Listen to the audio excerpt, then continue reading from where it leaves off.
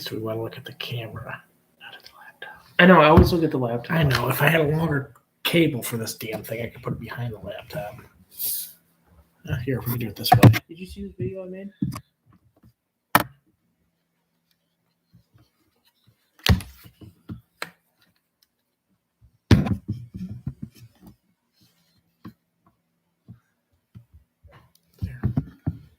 There. Now we do look at the laptop. So.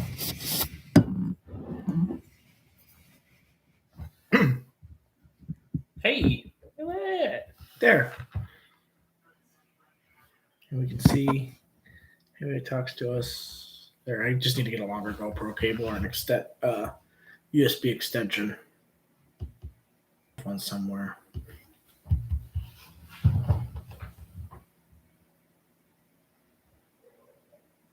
Where? I don't know. But somewhere. I do have an extension for USB. All right. We're going to get our podcast set up here. Fuzzy mic. Hey, I got a question for you. Would you be willing to do a meet and greet event? Sure. Where? When? I was thinking either Hocking Hills. How close is Hocking Hills to Benton County where we wheel? 40 minutes, 20 minutes, something like that. It's right there. It's the next county over. Oh, it's because of Tar Hollow. It's right next. Right. Because we have to drive through Tar Hollow to get to that one. Yeah. And Tar Hollow is only like 15 minutes away from Hocking Hills. Mm-hmm. So I was thinking either we could camp at Tar Hollow or Hocking Hills, either or, whichever. And I would invite people off of TikTok, and then we invite people off. It would be between two Jeeps event, but it would be like a meet and greet of both of us. Oh, yeah. And there would be one wheeling event. It would be like a Saturday. It would start like Friday, because like Friday after work, it'd be like we'd be like, hey, meet up. It's around 8:30 at the camps or whatever, and then we wheel in the morning and hang out. I'd rather do. I've been to Hocking Hill State Park a couple times. I've never been to Tar Hollow, so I don't care whichever one has nicer campgrounds. Then let's do Hocking Hills. Tar Hollow's trash. I hate Tar Hollow. I've hiked it. There's one little hiking trail. What did you think about Tar Hollow, Madison? We went that one time on accident. Yeah. I mean, considering we stayed on like the main road and shit, I didn't think it was anything special. Yeah, it sucked. All right. Hey guys, it's Steve and John at Steve's house tonight, and we're going to give you guys a 2-part series of our Drummond Island adventure. So, Steve, what did we do this weekend? Well, at the wee hours in the morning on Thursday, we met at the Speedway in Findlay and headed north to the great unknown of Drummond Island. Took us about, 8.5, 9 hours? Yeah, it took us about 8 hours because we did hit a couple of traffic spots, but it wasn't anything too bad. All in all, it was a very smooth trip, and it was actually a lot of fun. So it was. You have to take a ferry over to the island. Nice little sandwich stand outside the ferry, so we grabbed lunch there. Well, late lunch there. Hopped the ferry, got to camp probably about 3:30 in the afternoon. Got everything set up, and then just kind of hung out. We were thinking about night wheeling that Thursday, but decided to kind of just stay around camp, be a little bit more low key, hang out. And then Friday morning, we got up and went and ran a place called Turtle Ridge ORV. So if you guys are watching, our subscribers on our YouTube channel, Between Two Jeeps, I have been dumping all of the GoPro footage to our YouTube channel. And there's segments. There's no audio with it except for obviously the engine noises and some of the audio it captured when we stopped and talked. But the first videos that are up there are mostly from Turtle Ridge ORV. We're just now starting to get into the videos from the South Marblehead loop. But let's talk about Turtle Ridge. So Turtle Ridge is another part of Drummond Island besides the actual Badge of Honor. And there are a few other more trails I will talk about in this 2-part series. But Turtle Ridge is owned by the resort there, correct? Yep. And it is how many miles was it exactly? Oh man, it's not a big ORV park. I'd say comparable in size to Hollyoaks.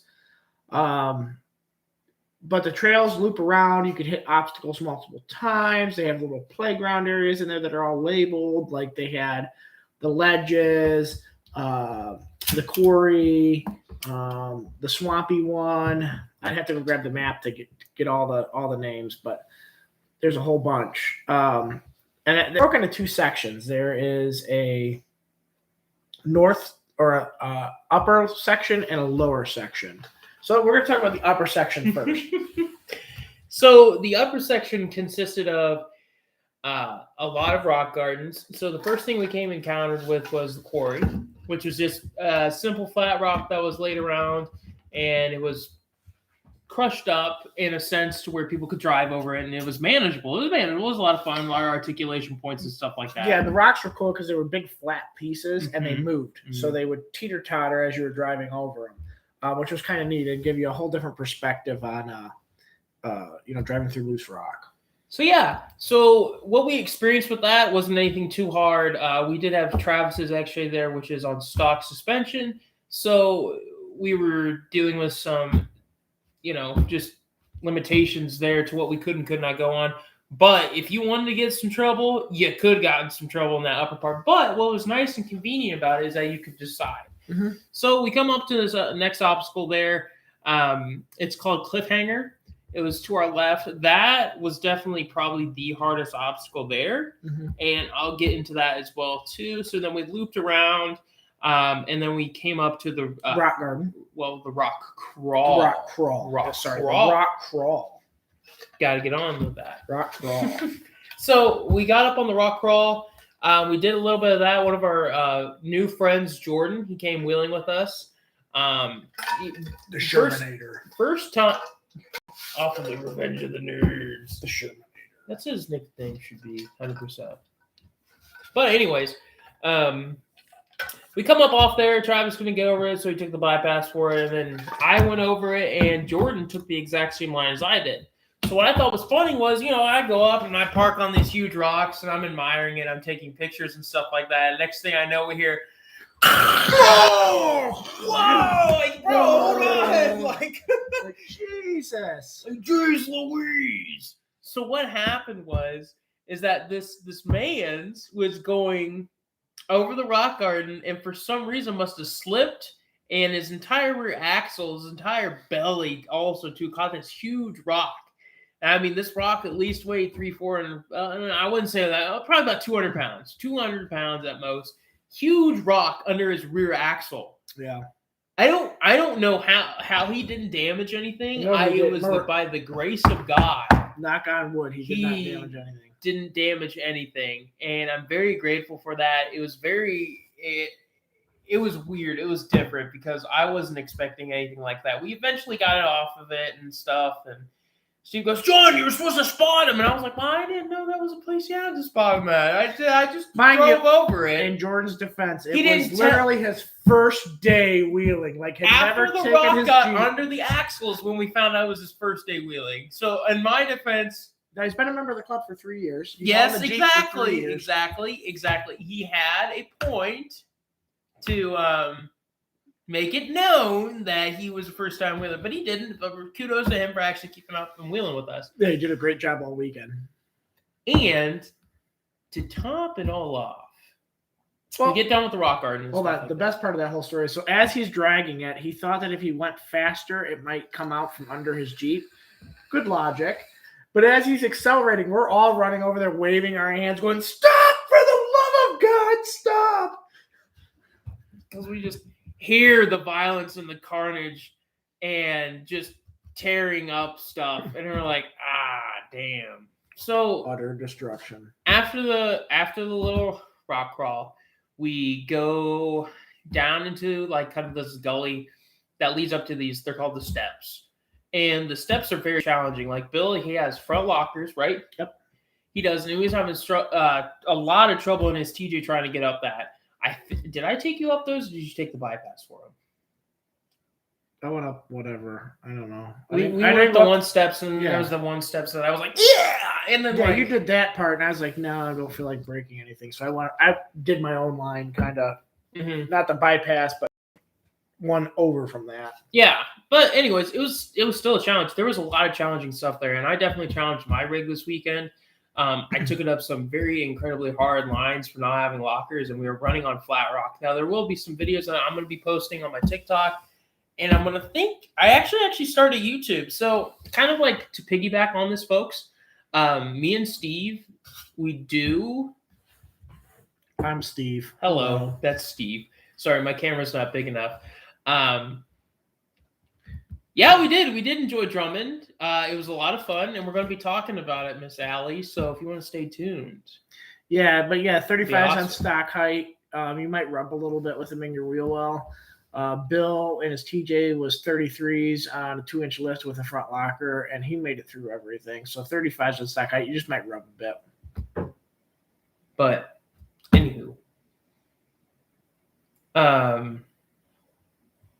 oh, they got 2 beer openers on their Jeep. The JL, all the door hinges have a beer opener, bottle opener. It's for soda. It's for soda pops. But anyways, back to the main story. So I was definitely, we were trying to create like kind of like a social media presence that links up all of us. Because mine's Woodsman JKU, his is Blue Devil Jeep. And we're trying to bring both of those entities together between 2 Jeeps. So kind of piggybacking on that as well too, we're going to start making a soda. We're gonna do a meet and greet. We're gonna start planning a meet and greet out. It's going to be probably in Southern Ohio. So what we can do is we meet up with people, we can camp, and then we go wheeling in the morning, and then we can have a good time at night.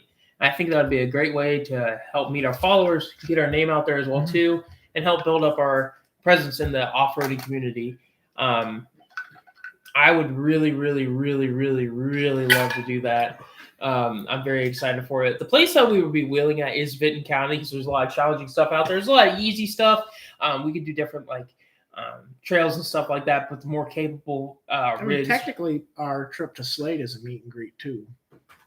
Yeah, we got a few rigs going down there meeting with us. So is Bear Wallow. Yeah, Bear Wallow. Well, I guess. Oh, my hair is crazy. I guess we could post about it and maybe bring some more people to Slade if they wanted to. It's in a month.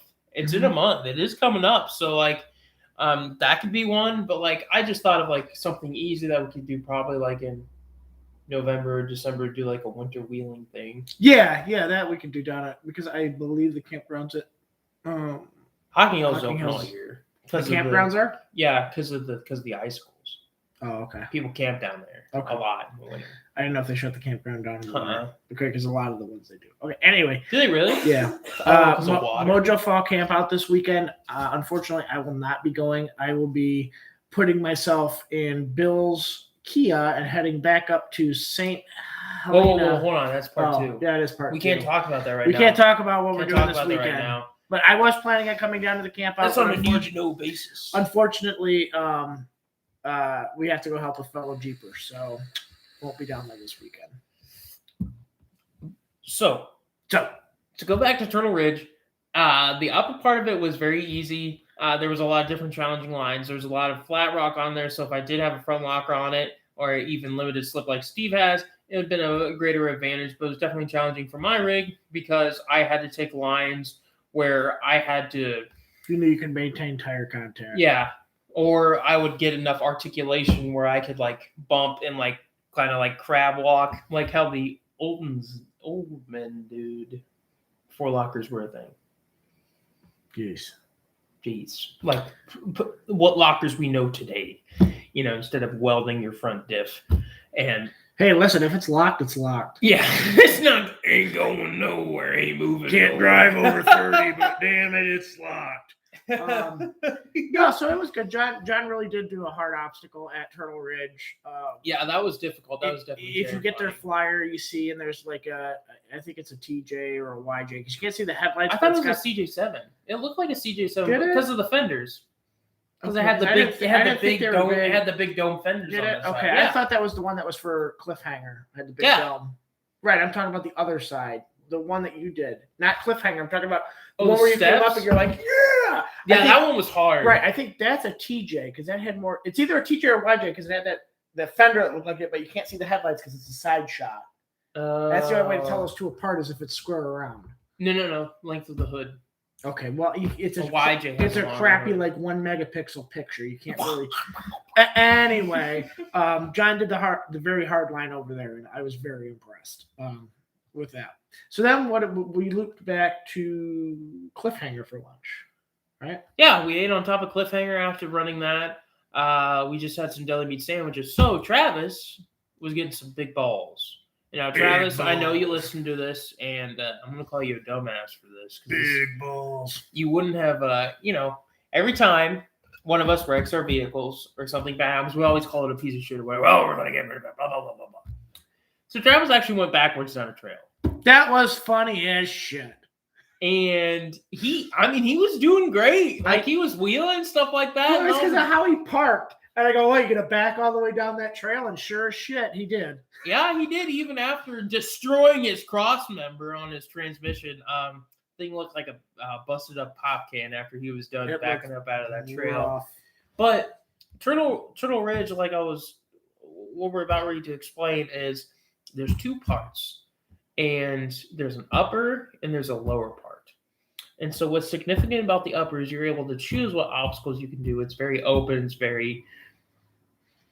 There's bypasses for a lot of stuff. You can pick and choose what you want to do. It's if you don't want to do something, you can turn around or take a bypass. It's very well thought out, well laid out park. And the nice thing is we had it pretty much to ourselves. Mm-hmm. We were the only people really in there. But it was a Friday. It was early. Oh yeah, the side-by-side people hadn't woken up out of their drunken stupor yet, so it was nice. It was very, very, very convenient. Now the lower part. We thought it was easy because lower part. Well, hold on. Let's. Man.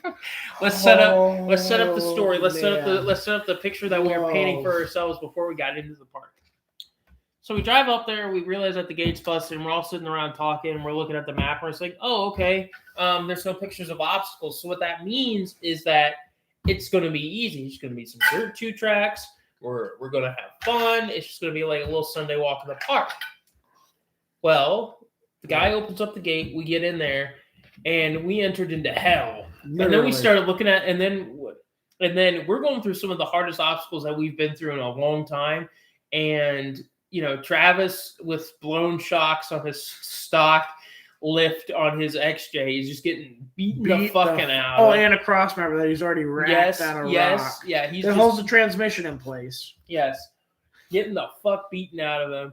He's just getting tossed around and slapped around and stuff like that. And I tell you what, folks, if you ever go down to Turtle Ridge or up to Turtle Ridge and do the lower part, read the bottom part because in black lettering it says trails are rated more difficult to extreme. And did they have 10 rated trails there? 100%. 100%. Did we? 1,000%. Did we unfortunately end up on one of them? Yeah. Probably 8, like easily an 8. 8 or 9. 10. 8 or 9, that fucking boulder crawl up that damn hill. The one that I scuffed 2 of my rims pretty bad on. Yeah, that one sucked. Yeah, that wasn't fun. I mean, you buy rims to get them scuffed, and I'm going to get some matte black touch up and fix the scrape marks on them, but we were literally climbing over boulders that were anywhere between, I'd say, 24 to 31, 32 inches in size. And by boulders, I don't mean like odd-shaped flat part boulders. I mean things shaped like bowling balls. Like they were very round. And if you slid off of it, you slid into another very round one. And then you didn't have any traction because there's mud in there. It was a freaking nightmare. And we lasted for an hour and a half. And we probably went 3/4 of 1 mile in an hour and a half because we had to go so slow. We had to pick so many lines. Like we literally looked at the map after that. I was like, all right, what is the quickest way to get the hell out of here? And the crazy thing is the trails are so narrow and so tight down in there that we you can't turn around. Once you go in until you come out on one of the trails that dumps back into the itty-bitty area that is multi-directional to get the hell out. But once you go in, you're in. Like, It's like a freaking sand pit. It's quicksand, man. Yeah, it sucked. It wasn't a good time. No Jeeps broke there. The only thing that happened to mine was I bent my steering stabilizer bracket, and then Travis bent his cross member. So no bad significant damage. Well, my taser freaked out. Remember that? Yeah. Why don't you explain that? Like, so we get done bouncing up this freaking, I'm gonna call it the hill of death. I don't, or the hell hill or bowling ball alley. I don't fucking know. They had to give it some name because it was awful. So we finally get to the top of this thing. It's like, woo! The exit's right over there. We're gonna get out of here. Yay! Nobody did any catastrophic damage. Great! Yay! And all of a sudden, on my dash, service 4-wheel drive. Airbag, ABS, all these lights fucking light up and everything starts dinging at me. I'm like, what the fuck? So I pull forward. I notice, okay, I get into a little slicker. I notice my 4-wheel drive still working. So I'm like, okay, so that's bogus, blah, blah, blah. Well, come to find out through all that fucking bouncing that my taser that I have plugged in under the dash rattled, one of the cables plugged into it rattled a little loose. So obviously it told the computer that all this shit was wrong. So I had to unplug, plug back in shut the Jeep off, reseat the taser, get back into it, reset everything, and then everything went away, and it's been fine since then. A week later. But I thought that was it. I thought, fuck, my first day here, I broke something, and it's causing all this other crap to break. And I was not having a good time at that point. It wasn't a good time. And we got back. Steve also had what in your wheel? Oh, Jesus Christ, I forgot about that. So we get to the store because we needed to pick some stuff up for dinner and stuff like that. And we were going to head. Store is on the way, well, kind of out of the way, but on the way back to camp. It's a weird shaped island. And I come out from the store and I notice that there is a 3-inch stick sticking out of my rear tire between the bead and the rim. And we're not talking like a twig. We're talking like, 1-inch diameter stick. And I'm like, fuck. So I look at my TPMS. I'm like, okay, it's still at 18 pounds or 16 pounds of pressure, so it's not losing pressure. So I pull it out. Well, of course, it's a rotten stick. So I get that out, and then I'm over there digging it out with a fucking flathead screwdriver. Travis comes over with his multi-tool. We're digging it out.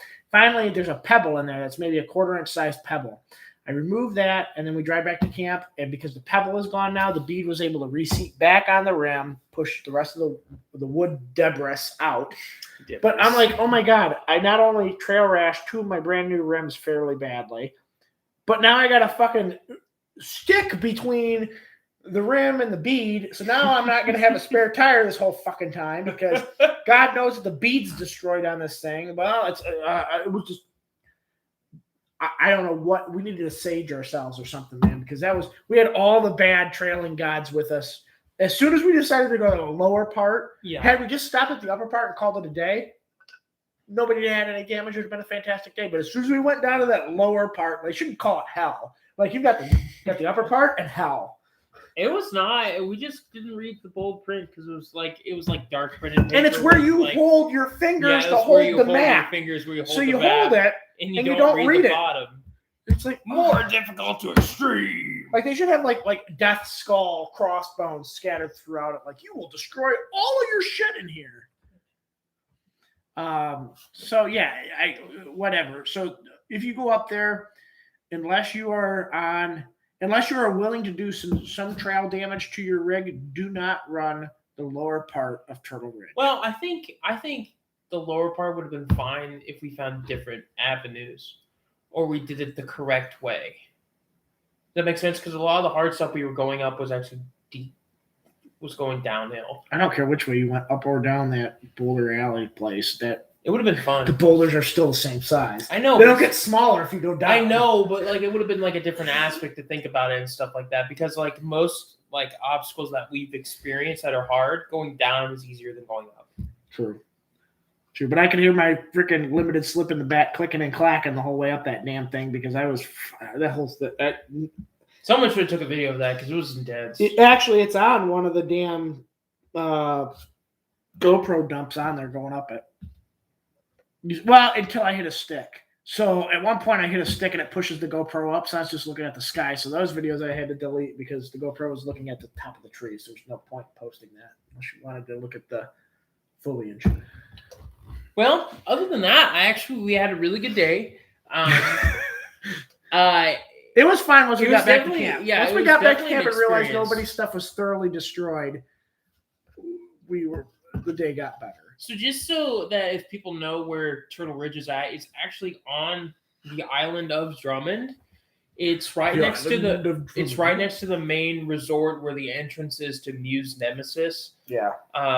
Which we didn't get to do, but we did a few other trails as well too on Drummond.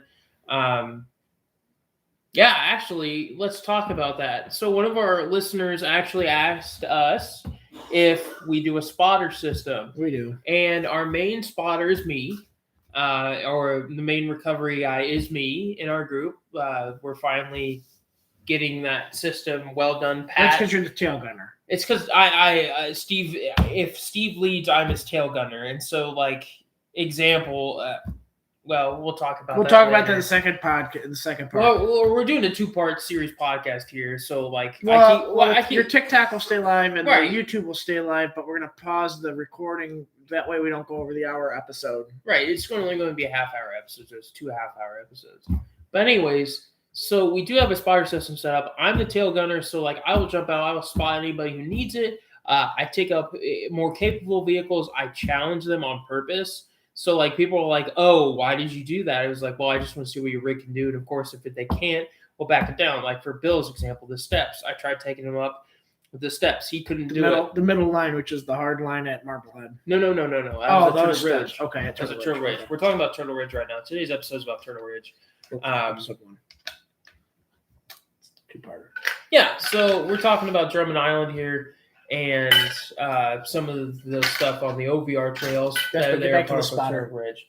So we're going to get back to the spotting system. It's me. So with Travis, I literally have to spot him up bypasses because some of the bypasses are absolutely just gnarly. One of the examples was Connor's Hole.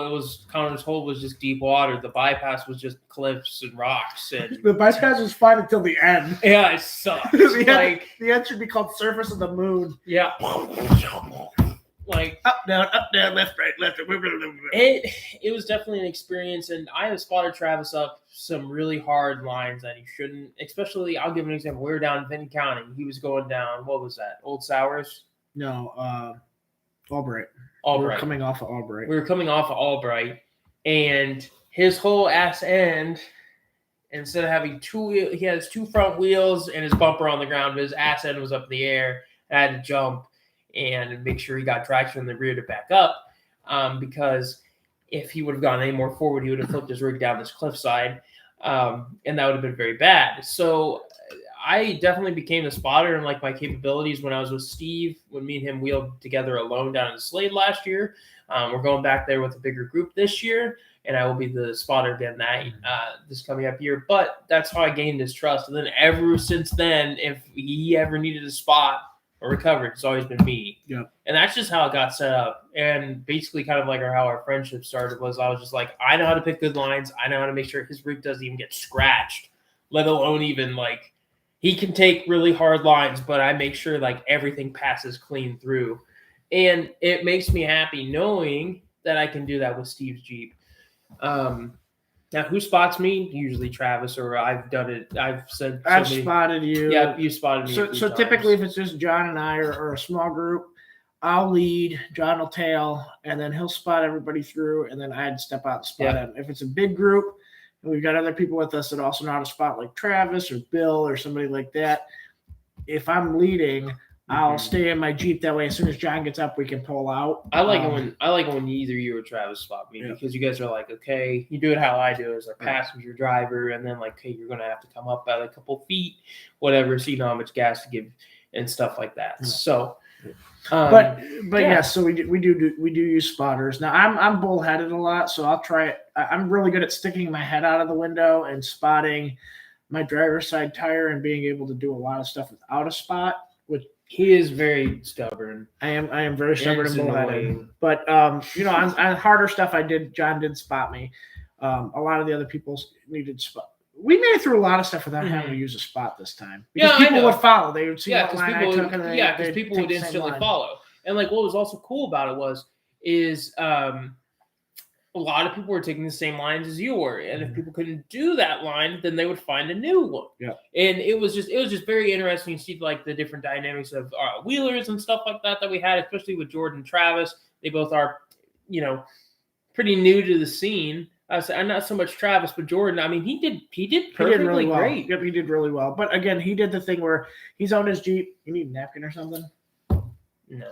He's owned his Jeep for 3 years, and he saved up all of the money to do the build at the same time. So it was pretty much stock for the last 2.5 years. Then kablam, built. Yeah, no, he really did. So he did it. He kept it a secret from everybody. He too. did, Like yeah. I thought it was still stock. Yeah, it's super sharp. Its name's Apollo. He did a really good job building it. But this was his first time taking it out because he didn't even want to wheel with it stock. He wanted it to wheel once it was built. So props to him for resisting the urge to get out off the beaten path, with your Jeep. But yeah, Turtle Ridge, I mean, all in all, I would give the upper part I get the other part. 4 out of 5 stars, just because there was the obstacles are cool, but the rest of it was kind of eh.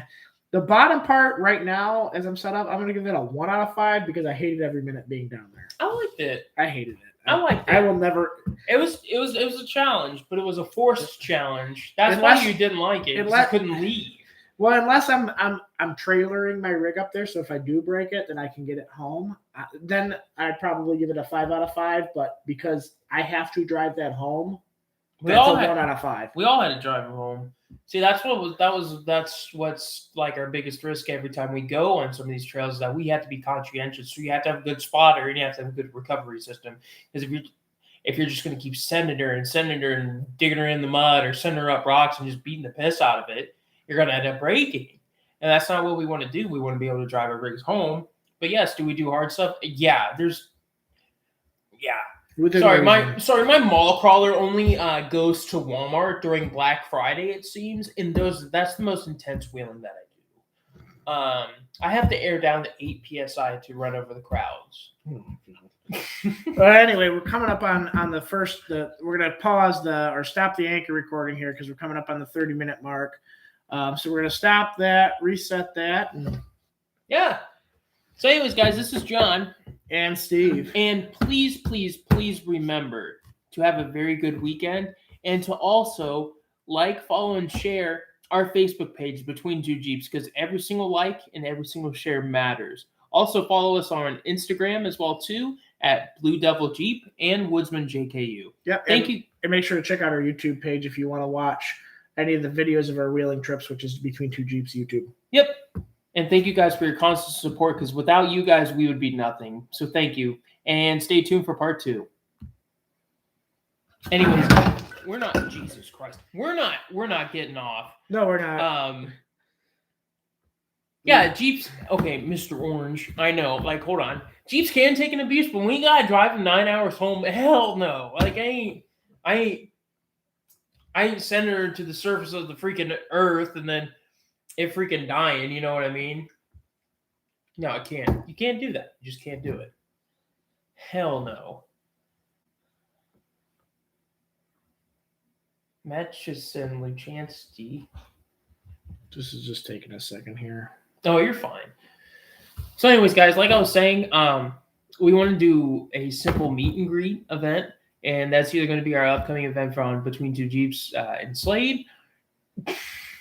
The funny thing is, I do have a zip tie across my steering stabilizer bracket right now to hold it in. So, but anyways, guys, we're going to be doing a meet and greet. So I'm going to actually be creating a TikTok about some of our events, and it's up to you guys to like, and share and stuff like that, because I really, really, really, really, really want to meet some of our followers, and I really want to grow our base and stuff like that. And I really want to hang out and meet some of you guys as well, too. So it'd be pretty dope. And I really like that stuff as well, too. This is just taking a second. No, you're fine. But anyways, in this next segment, we're going to be talking about Marblehead. And we're also going to be talking about some other aspects of the trail that we experienced, some of the funny stuff as well, too. This episode is probably going to be another half hour, 45 minutes as well. But we're always trying to put content out there. If you guys want to see any of our wheeling stuff, just look up Between Two Jeeps on YouTube or look at our Facebook page at Between Two Jeeps to see our pictures, to see our wheeling events and stuff like that as well. Because we do host wheeling events.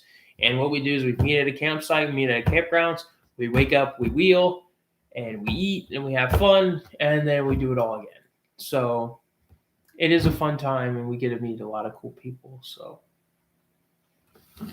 I personally like it. There was a cat named Whiskers Jelly Stanley. The cat. There's a cat on the table, sorry. But yeah, so just as we're coming up to our next segment, just kind of give you guys an overview. We're going to be talking about Connor's Hole. We're going to be talking about Marblehead. We're going to be talking about Shale Beach. We're also going to be talking about the tape tracks. We're going to be talking about the restaurant we ate at, what happened on our ride home, what happened to one of our rigs and stuff like that. So it's just going to be a lot of fun when you come to PA. So Vinton County is only about, it's in southeastern Ohio. So from the Pennsylvania border, it's about 45 minutes west. When we're coming to Pennsylvania, we're planning a trip out to Roush Creek next year. Mm-hmm. And I'm excited for that because that one has, 3 or 4 trail badges on it.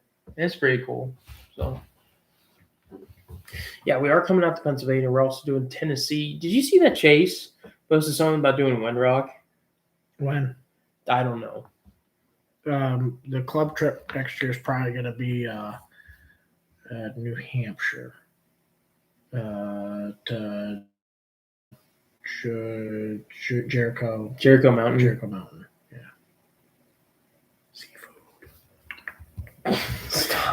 I like seafood too. John, you can't go to an all-you-can-eat seafood restaurant in the middle of the mountains. Okay, let me get some more iced tea, and then we'll start section 2.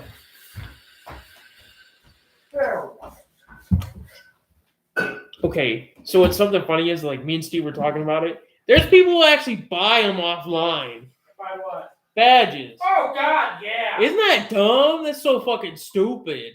Look at all my badge collection on my stack Jeep with my 29-inch street tires. It's just absolutely dumb. Like, crap. Cool beans, buddy. This looks like a disaster. Somebody said bring spare parts for Roush. Oh, God. Well, the spare parts and fucking, a treaded vehicle to recover. Oh, no, for Roush, I was thinking, what's the one over at Redbird? The mud pit. Oh, I don't know. I know the mud pit and the mud pit at Redbird's notorious for being terrible. Is the cat asleep? On my shoulder. Is she purring? She was. She was. Do you mind if I get some water, Steve? Sure, go ahead. You have? No, she totally like she was totally ready to. I mean, that's what she's following, and she's totally ready to go.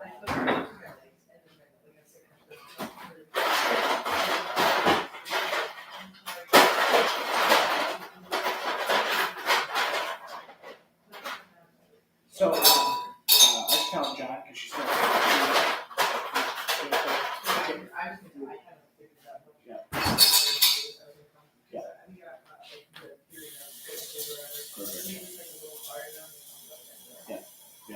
But she's either 7 weeks old now or 8 weeks old. And she's been trying to eat the cat food out there. I'm like, yeah, you're ready to go. And especially not the other ones. It's like, yeah, time to go. All right, so we're gonna record episode 2. Let me get my sweet tea. Someone said your shelf's crooked. No, it looks crooked. It's not crooked. It's one angle your camera's on it. But no, I put a level on it. It's plumb bob in there. It's crooked. It's not crooked. Yeah, it's crooked. No, it's not. I'll go get my level. It's not crooked. I hung it straight. Are you on the level? Ready to stare right here? Yes, it does. It does look crooked though in John's screwed up camera, but it's not. It's not crooked. It is straight. My phone takes immaculate pictures. Except for your front facing camera. Oh, You it's can see, trash. You can see it's screwed up. Like, hell, my wall doesn't even look straight. Trust me, my wall's straight. No, it's not. You got a fucked up house. This might be an old ass farmhouse. Look at that bow in your. This might be an in your door 1849 frame. This might be an 1849 farmhouse, but the amount of money I put into it is. Oh, that's so good. It's fortified. I love your sulfur water. Shut up. It's iron. Iron. All right, we're going to record the second part of Drummond. At least I won't be anemic. That's true. All right. Hey, guys. This is Steve. And John from Between Two Jeeps. How you guys doing tonight? Swell. Honest. Terrible. Terrible. Anyways, guys, so this is the part 2 of our Drummond Island trip. So we're going to be hitting off on a few things. We're going to be talking about Marblehead. We're going to be talking about Connor's Hole, a.k.a. Logjam. We're going to be talking about Take Tracks. We're also going to be talking about Shell Beach and Fossil Ledges and the drive home and what happened on our drive home. You can camp at Rush. Oh, cool. What are you doing? Trash. Why is that trash? Because we stopped. Oh, okay, fine. Just delete it. We'll restart it. Okay. Hey, guys, this is Steve. And John, how you guys doing tonight? Terrible. Swell! Terrible. Terrible.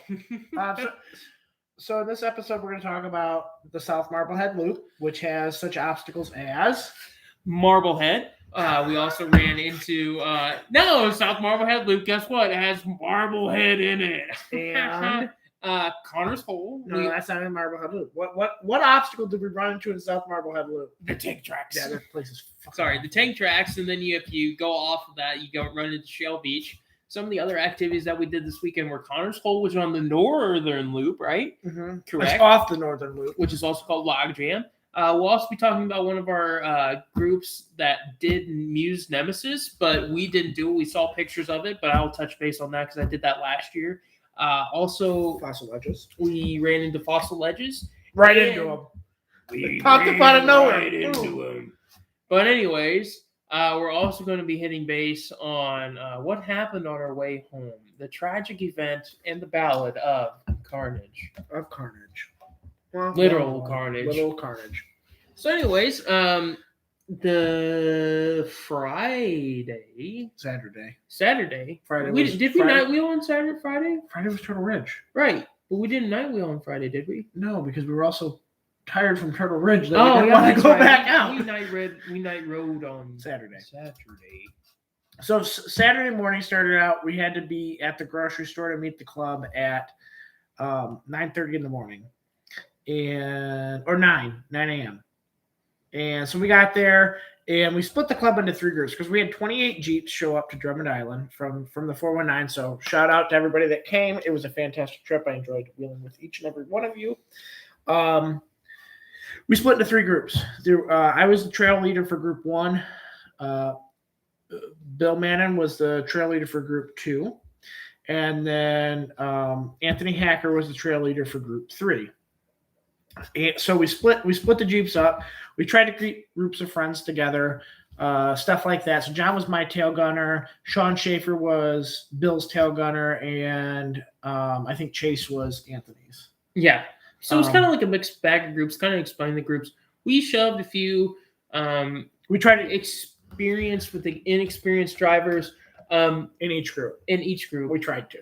And it worked out. It worked out in the end because we had a few people who knew about recovery. We had a few people who knew about spotting. And then we had a few experienced wheelers in each single group. So, like, if someone got stuck or someone broke down or something happened to any of the other rigs, there was somebody there constantly to back somebody up. Right. They always had your back. So in our group, we had Steve, and behind Steve was Jeff. Right? Jeff was Brown. Jeff Brown. And then we had Jordan again. Second day of wheeling. Kudos to you, Jordan, for sticking with us. He was a great guy this weekend. Oh, yeah, he had a blast. He actually had the courage to come up to us and talk to us and actually join our group. Yeah. And that was, honestly, I'm happy he did because we made a new friend. Yeah, we did. We really did. And he has a cute dog, pretty cute old lady. Yep. So, and we had Jordan. We also had Mr. Tyler. Very good guy. He had him, his wife, his little boy, and his little girl with him. And then we had Rochelle, and then me, and then Travis. Yeah, Travis, and then you. You're the tail runner at the end. Well, I was thinking about okay. who was just all in the group. Yeah, I was doing the lineup of Jeeps in my head. But anyways, we had definitely a good group with us. A lot of different rigs and a lot of different capable rigs in our group. So too, Anthony and Bill, I'm not exactly sure who are all in their groups, but they both said that they had a good time with each one of their groups. They both had a good wheeling experience, except for one part, and we'll be getting into that here shortly. Yeah. So at the beginning of it, Tyler did get stuck, right? He high centered off this little dip. So what I had to do is I got on the back of his Jeep and I tried shaking it to make sure that his rear tires would get traction so he would hop off the loop. He was just high centered. He was just simple high centering. So like in my mind, I was like, he could get on the rear. Well, that didn't work. So then Rochelle backs up and she hooks up to Tyler. Well, I'm tracking through mud and I jump off Tyler's Jeep, face planting in the ground, getting mud all over my face, and I just say, okay, whatever, that's fine. Okay, so we get him hooked up. Well, Rochelle is in a little two-door JL, and she still doesn't have enough weight to pull him off. So I got on the back. I started shaking the back of Tyler's Jeep. Well, they got him off, and they're starting to pull me down in the mud hole that he's about ready to go to. And I jump, and I grab Travis like a koala bear, and I tackled him. And he caught me in the end. So that was a lot of fun. We got a lot of laughs. It was definitely something to so the start of the South Marblehead, because I ran it last July, and the start, it's maybe, I don't know, a couple thousand feet into the trail. There is a mud pit, and it used to not be such a bad drop, but I'm on a 3-inch lift in 35s, and when I dropped off of it, my back bumper hit. So Tyler is on a 1-inch lift and 32-inch mud tire or all terrains. So he definitely got high centered on that in that particular spot. But then after that, we made good time. We did, and what we ran into was the obstacle called tank tracks, and the reason why they're called tank tracks. Before we get there, let's talk about the beach, with the lake level. Oh yeah, so Lake Huron. Last year when we went on this one trail system the South Marblehead Loop. The South Marblehead Loop. Well, we ended up on there last year.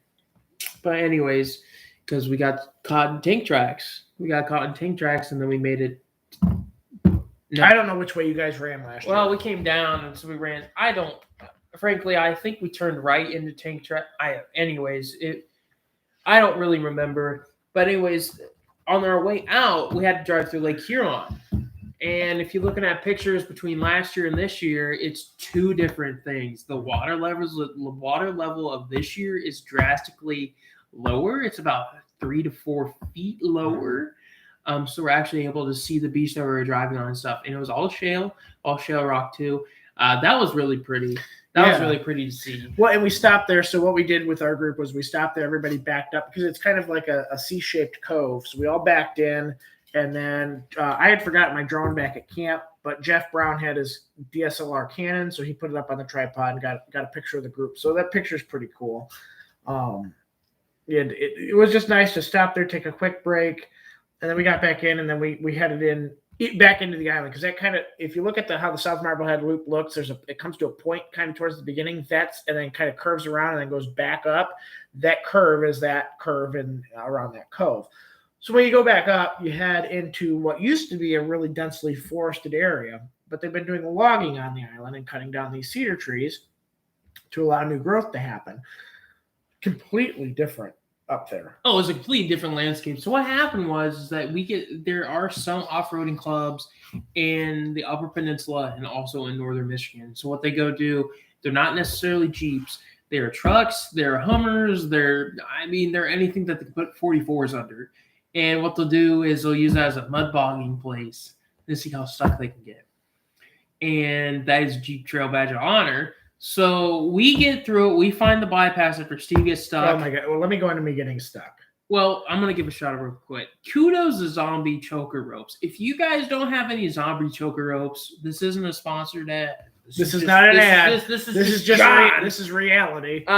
These are actually some of the best quality choker ropes I've seen out there. Now there have been different pricings. The ones that are like 130, 140, blah blah blah blah blah. You can get it all for $70 range. from You get Zombie this for Choker. $70, and it's made in Ohio. It's made in Salt Creek, actually, in Vinton County, Ohio.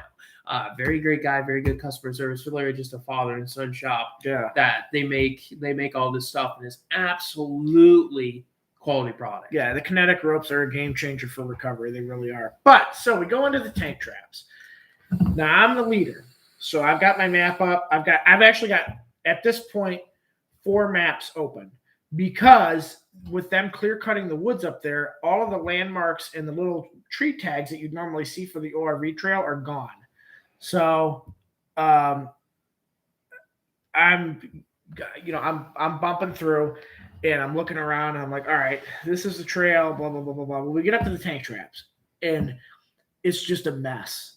Like everywhere is rutted out. It looks like it could swallow our Jeeps.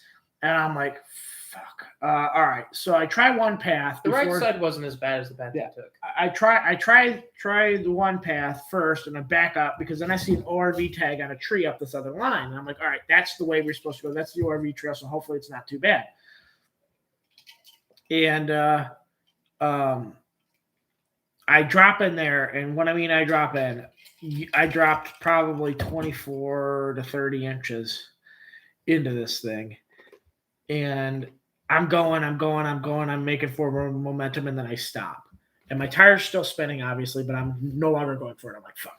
So I slam it into reverse. Well, I put it into reverse. I take my pedal commander, turn it to ultimate 9, so I'm getting the most horsepower and torque out of all 4 wheels, and I floor it. And I come all the way back. And had I just let pride not get the best of me, I would have been fine. Instead, I'm like, I'm going to knock this thing down so everybody else can get through. So I throw it back and drive, and I gun it. And I high-centered the hell out of my Jeep on this mud. To the point where it took not 1, but 2 4-door Wranglers to using kinetic recovery ropes to get me unstuck is how bad I was stuck. My Jeep is blue, and for most of the rest of the trip, it looked like I had a tan Jeep because I was literally covered nose to ass in mud. So anyway, at this point, I get unstuck. Travis is off scouting for a way around this because the only other way to go would be back to backtrack several miles to a dirt road that supposedly exists on one of the maps to go around this thing. It did. And we're like, we're not going to do that. We got to find a way through. So Travis goes out scouting after John and Jeff get me unstuck. We all meet up with him, Rochelle, and we're kind of looking around. Well, we end up finding one of the logging roads that runs parallel to the tank traps that they were taking the logging trucks in and out of, that we were able to run to get around the tank trap. So we end up doing that. We get up to one of the holes when we're scouting and we realize, man, it's a little deep. So we threw some logs in there to help us get over. And we ended up getting through. So the plan was we were all going to meet, the whole club was going to meet at the Marblehead steps at between 12 and 1 p.m. for lunch. And we're going to get a group photo. So we got there about 12:15. And I made the decision as the trail leader that we were going to skip Shale Beach and run it the next day or run it later because I did not want to be late getting to the steps because I figured the other 2 groups had taken the dirt road because supposedly the logging area was supposed to be closed, but it wasn't. Well, we get there about 12:15 and we're the first ones there. And then, 1:15 comes and we're still the only ones there. 1:30 comes. We wait till 3:15. 2:15. 2:15. 2:15. We're there for 2 hours. Yeah, we were there for a long time. So we waited there until 2:15, and finally I said, all right, we got to move on. We want to run Connor's Hole at least before the end of the day, so we left. The other guys, unfortunately, did not take the dirt road and got stuck in the same area that we got stuck in. So, everybody got to experience the hellish landscape that the tank traps has become, to the point where, unless MDNR changes something in there, I'll skip that part of the trail from now on. Because the northern side, they were still actively logging on because there's a fork and you can go right or left. Left, they were still actively logging. Left is what I took last year, and left is not that bad because it's all rock. versus right is that muddy, sticky goo. So, but anyway, let's talk about the steps because the steps were fun. I thoroughly enjoyed the steps. So I spotted everyone down there, and First of all, let's talk about when we arrived at the steps with the mime. The mime. not talk ill about people, but I'm gonna paint you guys a luscious picture of a man from Wisconsin that. You don't need to go into a lot of detail. Just talk about his spotting skills. Well, I gotta give everybody a description of the man. Very nice man. He came out to us and said hello and stuff like that in his southern Canadian accent. And he was like, hello. And I said, hello, how are you? And it was fine. So anyways, this man had the audacity to spot people using hand signals, which sometimes it's okay. But when you're doing this, Yeah, I don't know what he was doing. I'd never. what are you doing? I know people listening to the podcast can't see what I'm doing. Check out the YouTube channel. You can witness it. But just imagine with me real quick of a man painting a picture that has no meaning to it and gives you no insight upon anything he is painting and says he painted a duck.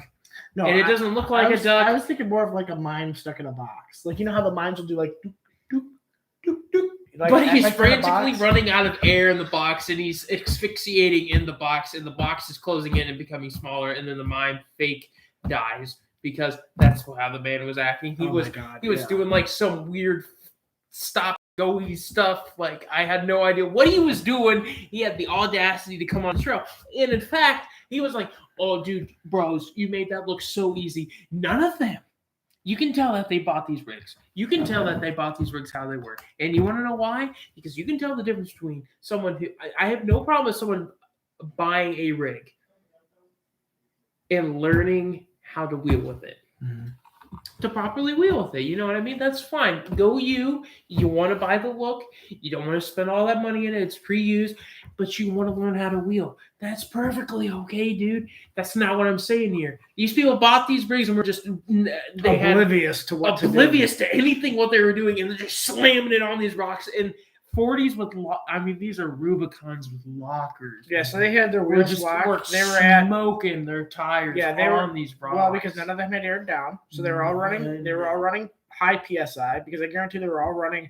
Oh, it says 50 on the side of the tire, so they were all running really high PSI because you could tell it wasn't flexing around any of the rocks.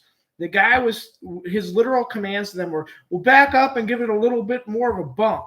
And these guys were slamming these things on the steps and just spinning the tires. We're talking like $60,000 rigs just getting like mashed. Yep. I'd hate to look at the underbelly of them right now. I mean, the one guy hit his rear drive shaft pretty good, so I'm pretty sure that's unbalanced now. But literally, this guy was terrible. And there were these guys there on side-by-sides watching him. And the guy between rigs would get over and be like, yeah, I've been hitting all these badge honor trails. I've been spotting people forever. It's like, clearly you haven't. Like, anybody with 2 brain cells would know to tell you to move out of the way and call somebody else over. It was not entertaining because they were severely damaging me. Because at one point, I'm standing up there with Travis watching this. And I go, should we go down there and maybe spot these people so they don't break their stuff? No, and then we watched them, and they're like, okay, yeah. And it's like, no, even if we went down there, we'd have to spend 15 minutes airing them down to the right PSI and telling them to turn their lockers on. No, their lockers were on. That's the funny thing. No, I'm sorry, I misspoke. Disconnect their sway bar, and then because they had their lockers on the Rubicons, but the sway bars were connected. Truth. Like, I was just flabbergasted by the level of incompetence in both their leader and all of them. Like, I don't know. We can stop at that. So finally these knuckleheads. I walk them all down. These knuckleheads take 35 minutes to get 3 Jeeps up. They clear out of the way so we can go down. I go down. John walks all of us down. We get down there. We eat lunch. Get some cool pictures. Get eaten alive by flies. Yeah, those flies suck. I have fly bites all over my body. It sucks. And mosquito bites, fly bites. So then we go back up, and John spots us, and he takes. Well, first of all, while we're eating lunch, John and Travis go over because John wants to play. So John takes the hard line twice up the steps, down the steps. And mind you, I don't have lockers on my Jeep. I just have 35-inch tires on a 3-inch lift, and my lift is shot. Like, my lift is shot. Open diffs, front rear. and I did it fine. Yeah. Did I have a little tire spinning? Yeah, because there's a technique that I was taught by a gentleman called Jason Henry. He's in the Mojo Club. It's called warming up your tires. If you just sit there and let them spin, if you like rub it up against something, you just sit there and let it spin, and then you back off, you can literally slowly go over these rocks because you created friction between the two places. Because it makes your tires a little bit more stickier, and it makes the surface tension of the rock increase, so it helps you go over the rock. And it does work. Because I saw him do that technique last year at Drummond, and I was like, "Why is he doing that? Why is he doing that to his tires?" And then he told me, and I was like, "Okay, so I use that technique, and it works. It works. It works." So anyway, we finally, after 2 hours, decided, okay, the other groups aren't coming, or somebody had told us that they were stuck, but they had 20 rigs there, so I figured they had enough recovery and enough people to get them out. So we decided to not go over there. So anyway. We got up to the steps, and I had John take me up the middle hard line and made it up no problem. And then he spotted everybody else up, and we went on our happy way, which was the way out. I mean, there was some cool stuff on the way out on the northern loop. You had those couple cliff things that you dropped down into that big water hole, and you got to see some like Glen Cove. You got to see that pretty beach area and stuff like that. So it was cool. And so anyway, we get onto this dirt road, and I wheel. If I'm on the trail and it is rough, I go slow, 8 to 10 miles an hour. But if I'm on a dirt road, one, I'm not in 4 low anymore. I'm usually back in 2 high, and I'm going 30 to 40 miles an hour because I am there to wheel. I'm not there to slowly drive down a dirt road and look at things. Like I am A to B, trail end to trailhead, like boom, gone. So we get down, we go quick down this dirt road, which is Glen Cove Road, to the next trailhead, which is the lead in to Logjam, which is Connor's Hole. Mm-hmm. So get there, get too high for most of it, and then get up to this water obstacle. And I mean water obstacle. It's really neat. I mean, it's deep. Yeah, if we would have walked up to it, would have gone up to my hips. Yeah, I would have been waist deep. It's probably all of 28. Well, what did Rochelle say? Because she's got so Rochelle's Jeep. Well, time out on the trail. Rochelle did this awesome thing with hers. She went out and got a $20 fish finder, rigged it up on the belly of her Jeep, and she can tell you how deep water obstacles are within a 40-foot radius of the Jeep. So she can actually tell you where it's shallower, where it's deeper, stuff like that. So every obstacle we went through, she was calling out depth. And for Travis. Yeah, because Travis would be swimming. Yeah, because it was actually. So she would say, Travis, stay to the left, it's shallower, stuff like that. What was fantastic is I think when we went through Logjam, she said it was 28 or 30 inches. Yes, it bounced between 28 and 30 inches. Mm-hmm. But it's probably a good quarter mile long, and it's very straight, and it's deep water with a rock bottom. So you can completely wash your underbelly out. It's just really cool down there because there's creeks and stuff draining into it. It's cool. Yeah, we did that one at night too. We went back after the cookout and did that one at night. Yeah, it's really neat. And I'm actually going to post a video up on TikTok and stuff like that of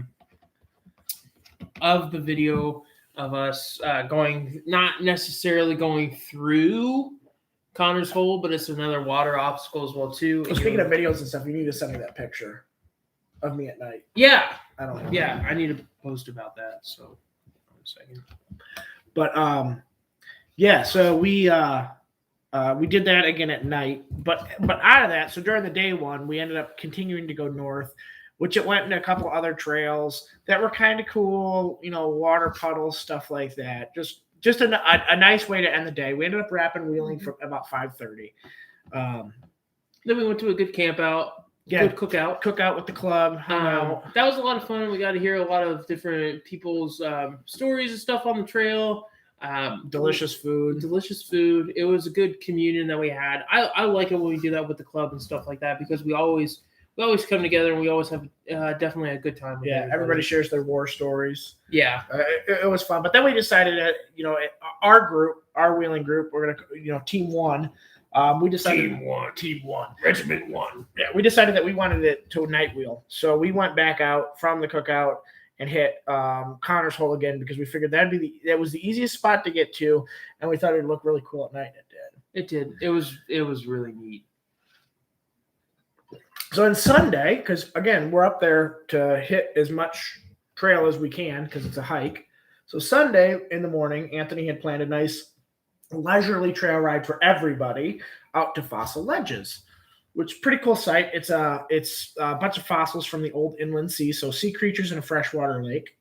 Kind of cool. Really pretty up there on the north side of the island. We hung out there with everybody. We got a nice couple drone photos of the club, minus Michelle because she had to leave. She left? Yeah, she left Saturday. No, she was there Sunday. She left Monday. She left Sunday. I thought she left Sunday evening. Okay. Either way, we got some nice drone shots. And then we decided, group one again, that we were going to go out and do the North Marblehead loop down to Shell Beach. Yeah, we got this cool guy tied along with us. His name is Don, and his lovely girlfriend, wife. I'm going to assume they're husband and wife. But if I'm incorrect, please somebody tell me. Her name's Kayla, ain't it? Yeah, I think so. Kayla, Krista. It's a K. Don. Don. Anyways, Don and his 2018 two-door Rubicon called Rubidon. Tagged along with us. Yeah, he's actually a really cool guy. He takes a lot of good cinematography off the GoPro. He takes a lot of cool pictures. So I got to get together with him because I know how to edit photos. I know how to take good photos. I know how to take good videos. It's just that I need to get more on the aspect of editing and stuff like that. But he's a good wheeler. Mm-hmm. He's like, yeah, I just kind of got into this. Always been around Jeeps, but never really wheeled them. But like, I'm hooked, man. Like, I want to keep wheeling and stuff like that. We had a great time wheeling with Don. Definitely a good addition to that day.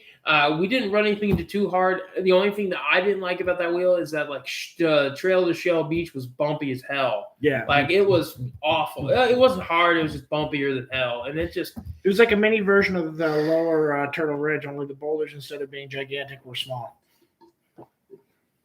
We had minivans versus softballs. Yes. That's the biggest difference I can explain. So we hit Shell Beach, got a really cool picture there with the drone. Then went over and did Marblehead again, and I had the drone hovering, and then I was able to record videos of each of us going up Marblehead, which are posted to the club page, and I'll probably get them up here on our YouTube channel at some point this week. But they are on the Facebook and the club page. So did that, and then that was kind of it, right? Because then we hit the dirt road coming out and went back to camp. Well, we went to dinner at Northwood.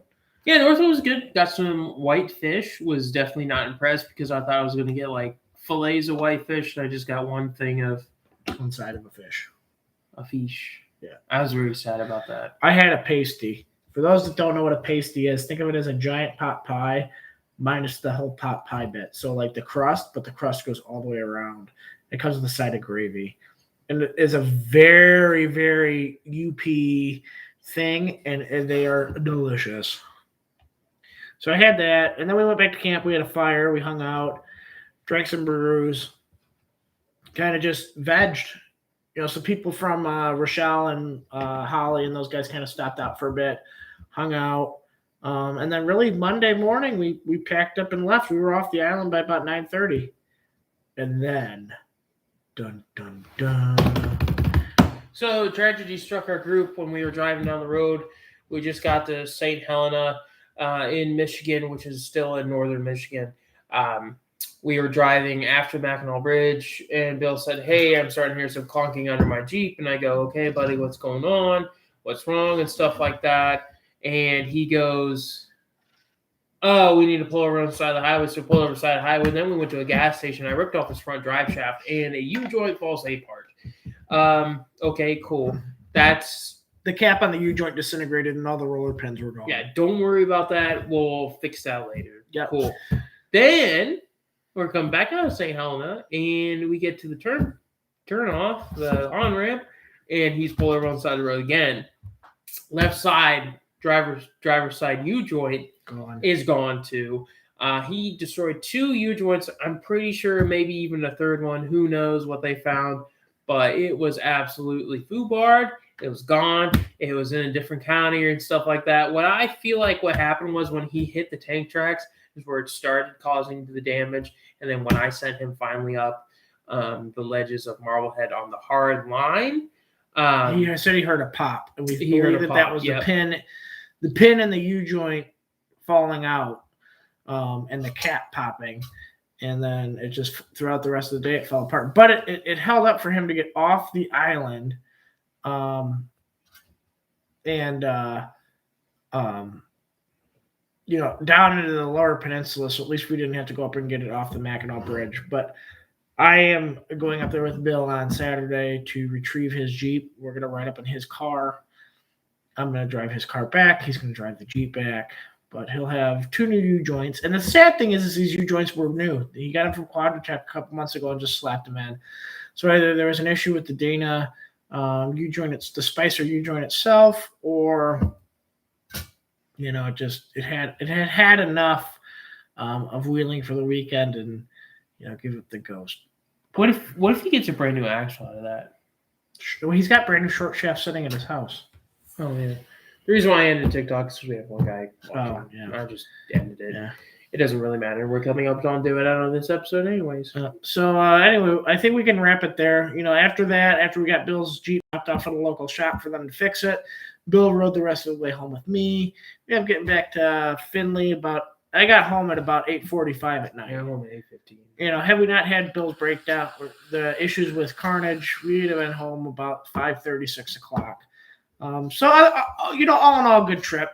If that was the only damage that happened, it's not that catastrophic. U-joints are really inexpensive, and had we had U-joints with us, we would have been able to fix Bill's Jeep. Well, actually, had we had a hub nut, if we actually had the hub we nut, needed the socket. Small. Yeah, we needed the socket for the Two hub sizes too bolt. small. And I have one in my toolkit that I chose not to bring because I figured other people would have those tools. So next time that toolkit's just going to go in my camper, because you need a 36 millimeter socket to get that hub nut off. John had a 32. No, I actually had a 33 and you need 36. Yeah. That was a couple sizes off. Either way, I have the right socket for it. So you live and learn. But other than that, it was a great trip. Looking forward to Slade in about 4 weeks. And that's really outside of the meet and greet that we're probably going to do in November or December. That's really going to be our last wheeling for the year. Next year, we're going to actually probably start pretty slow because we do have Moab in April. We are taking 10 Jeeps out from the club to Easter Jeep in Moab, Utah, and going to run 4 to 6 badge honor trails while we're there. So pretty excited for that trip. But, all in all, I'd say Drummond Island was a 10 out of 10. Anthony Hacker, again, I'm going to give you another shout out. You did an absolute fantastic job planning an awesome trip for all of us. Everything went super smooth. You had a plan in place for separating out the Jeeps into groups, and it just stellar job, man. Looking forward to the trip that you're going to plan next year.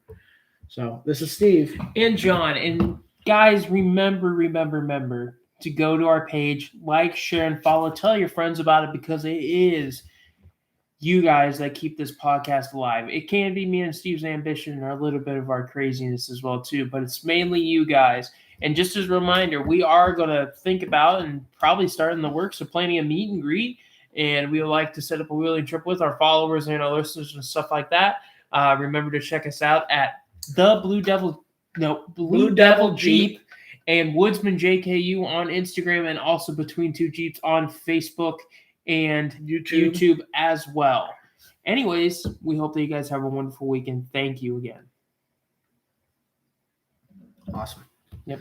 Cool. Sweet. That was good. It was a good episode. That was a good trip. Yeah, it was. It was a solid trip. I couldn't have asked for a better trip. So the reason... Stop this. John's favorite was watching.